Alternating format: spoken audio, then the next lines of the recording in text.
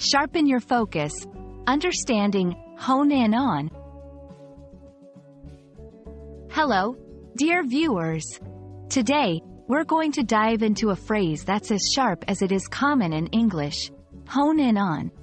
Stick around to sharpen your understanding of this phrase and learn how to use it to express concentration and focus in your daily conversations.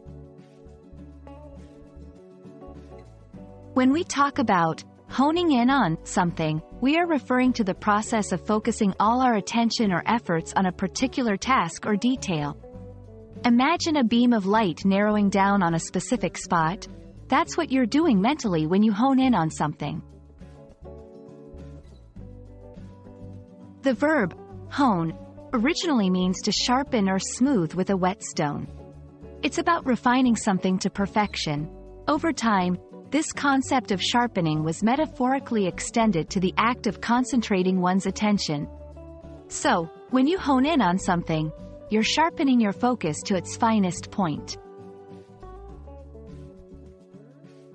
Let's put this phrase into action. When you say, "I need to hone in on my math skills," you're saying that you want to concentrate on improving your math.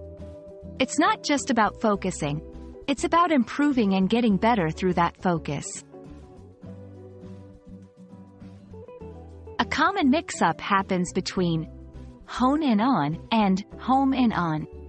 While both phrases can be used interchangeably in modern English, home in on has a slightly different nuance, often implying movement towards a target or goal. And that's all for today's lesson. I hope you've been able to hone in on the essence of this expression. Remember, English is full of such nuances, and understanding them is key to mastering the language. Keep practicing, and I'll see you in our next video.